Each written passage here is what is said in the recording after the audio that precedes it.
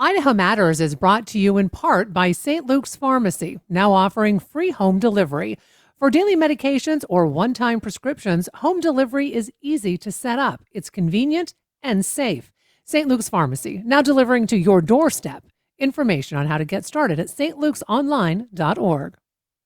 Family, work, school, you've got a lot going on. I'm Aisha Roscoe from NPR. We know you're busy, so we've made staying informed easy. The Boise State Public Radio mobile app is a hassle-free way to keep up with the latest news and stories. Whether you're cooking dinner, folding laundry, or just tackling your daily to-do list, staying in the know has never been so simple. Download the free Boise State Public Radio app today, so even when you're busy, you'll never miss a beat. And join me for Weekend Edition every Sunday morning from 6 to 10 on Boise State Public Radio News. From the studios of Boise State Public Radio News, I'm Gemma Gaudette. You're listening to Idaho Matters.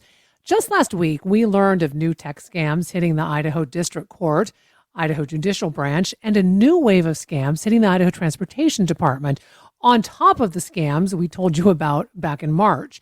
They're becoming more frequent, and they're now hitting Idaho really hard, costing Idahoans thousands of dollars and creating confusion among the agencies that are named in those scams. Ron Curbs fights these types of scams every day. His day job is CEO of Kitas, a company that provides scam detection systems for your email and your text, and warns you about suspicious activity on your phone and your computer, even your PC gaming system. And he's joining us now to talk more about all of this. Ron, nice to have you on the show. Thanks for having me, Joe. So, Ron, I'm looking at one of these fake scam texts that people are getting right now. Can we go through this and then point out the red flags? So let's start with this. First of all, the phone number at the top of the scam is not a local number. What does that tell you? Yeah, in most cases, you wouldn't get messages from local government or any official companies in the U.S. From numbers that are not U.S. numbers. We've been seeing quite a few of those messages coming from the Philippines, from other countries in Latin America. If you see those numbers, you can safely assume that it's a scam. Okay, but Ron, this text in particular is about an unpaid parking ticket. And right in it, it looks legitimate because it has the Idaho Department of Motor Vehicles right at the top, right? Saying from the Idaho Department of Motor Vehicles. Again, it doesn't have a local number, but this is what it says. What does that tell you? Anyone can claim everything. It doesn't mean that it's legal, but anyone can write whatever they want. I can text you and say that you just got a text message from the President of the United States. So anyone can say that, they're messaging you from the DMV. The fact that they're stating that it's from the DMV doesn't even say anything. And then they're starting with our records indicate an unpaid traffic citation. And governments, and especially local governments, they never send those text messages. They're going to send you a letter. They're going to notify you in other ways, but they know that scammers are using those tactics to send you fake invoices. So they would never send you something like that. The next thing that they typically do is they try to trick you to click on a link. Those are typically links that look similar to a government agency. It might have the word DMV as part of the URL. It might have the name of the agency or something that looks like an official government URL like GOV or something like that. In any cases, you shouldn't click any link coming to you via SMS. Even if you get it from a legitimate company or a legitimate agency, just go to the website and look for what they're sending you. You shouldn't click any link coming from an SMS, especially from a number coming from the Philippines. That's another red flag that we should consider. And one last thing that I've seen is that typically they try to create some urgency. They try to pressure you, hey, if you don't do that by this date, something bad will happen. We'll take your money, we'll take you to jail. You'll have to pay a huge fine. Those are typical time pressure tactics that scammers are using because they try to get you not to think clearly. They want you to think about the bad consequences of not um, doing what they want you to do. But the fact is that what they want you to do is pay them money and basically scam you out of your money.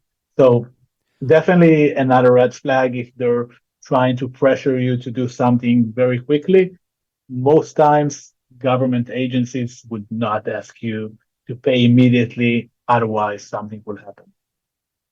You have literally just described this entire text because as I'm looking at it, it has a website to click on, and it does have the DMV in it. It says idaho.org, and it does have this urgency saying failure to comply may result in automatic enforcement actions. So it goes through. I mean, it even cites Idaho code, right, to probably make it feel even more urgent, even more legitimate. So when we see these types of things, what do you want people to know about this? Because it does create this sense of urgency, right? And it does look legitimate enough that we know that Idahoans are being scammed out of tens of thousands of dollars. That's horrible, and we know that it happens, and we know that they send it to thousands of people, and some of them will fall for it. Some of them are uninformed. Some of them actually think that they didn't pay something and they want to pay it as soon as possible because they don't want to get in trouble. And in those cases, one of the things that I encourage people to do is always to verify via another channel. So if you get a text message from a specific agency, go to their website and try to find the same citation or the same unpaid bill on the website. Don't click the link that they send you. Go directly to their website and try to find what they're talking about. In all cases, if it's real, you will find directly on their website. You don't need to click on the link. But Ron, what I'm also curious about is why are these government impersonation scams hitting Idaho so hard right now? That's a really good question, and I don't want to be the guy, one of those, AI doomers, but it has a lot with AI. So basically, scammers, the same as the marketing people, are using AI to make their work more efficient. Scammers are using AI to make their scams more efficient. So they're using AI to get data about relevant target audience. They're using AI to create those messages. So in the old days, we were telling people, hey, if it has typos or misspellings or anything like that, be aware it's probably a scam. The new types of scams generated by AI, you won't see those typos. Everything looks very professional, like it's actually coming from the government. And all of those are websites that are AI generated. So it's very easy to create a new website that resembles, the official website of the government agency, and basically trick people to think that actually the website of the government. It used to take, a week to create such websites. They can do it now in minutes. So can you talk a little bit more then about how you're using AI technology to fight these scams? So AI basically finds patterns in those type of scams, and to understand if it's a legitimate conversation, a legitimate text message, or it's actually something that you should be aware of. So anything from analyzing the phone number it came from to the actual content of the message to analyzing the link and the website behind the link to understand if that's something that would be sent by a legitimate government agency or not. So by analyzing the number, the source, by analyzing the content, by analyzing the intent of the sender, AI and new AI tools can inform you and basically block any specific scams or spams. So what can people do to protect themselves from these, types of scams that keep getting better and better, and better, and looking more and more legitimate? So I would encourage people to be vigilant in, in those type of scams. So basically, find patterns in those type of scams, and to understand if it's a legitimate conversation, a legitimate text message, or it's actually something that you should be aware of. So anything from analyzing the phone number it came from to the actual content of the message to analyzing the link and the website behind the link to understand if that's something that would be sent by a legitimate government agency or not. So by analyzing the number, the source, by analyzing the content, by analyzing the in terms of basically protecting themselves. There is a lot of regulation out there by the FCC on how mobile carriers should block some of those scams and how do you register in order to send text messages in the US. But unfortunately, it's very easy for those scammers to bypass those regulations and those laws. And that's the reason that why 96% of the Americans receive at least one scam message every week. So in order to protect yourself, I would really recommend people to install something on their device, whether it's iPhone or Android, that blocks and filters those type of messages. We have one that is called Kida Scam Defender by Kidas, but there are other ones out there that are doing good job as well. Basically, make sure that you're protecting yourselves. You don't want to be the one that is actually expecting an unpaid bill that is falling for those type of scams. I want to talk next about the fact that your company also looks for scams on PC gaming platforms. So my kids used to use Xbox. They both now have a PS5s, PlayStation 5s. What's going on in this realm, and what should we be looking out for? So gaming has become, one of the best social networks for kids out there. So they're spending so much time talking, texting while playing. They're using platforms like Discord that allow you to talk while you game. They're using in-game chat communication between the players. And unfortunately, they're not just doing it with their friends. They're doing it with a lot of other players that are playing the game that they haven't met in real life.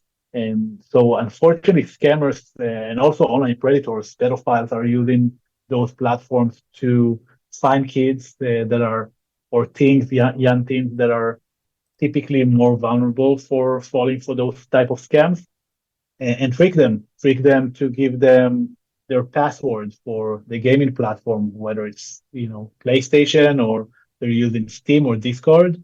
And unfortunately, parents of in most cases think, that's, just the password for the gaming console, but it's not. Your credit card is actually connected to the PlayStation because you allow them to buy credits or you allow them to buy games. So once an attacker gets access to the account, they can use your credit card to buy virtual assets. So they can charge you hundreds or sometimes thousands of dollars out of your credit card that is connected to the account. Unfortunately, while gaming is great, it became a place where scammers and online predators are using to find victims. How do you know if someone's being phished on these platforms?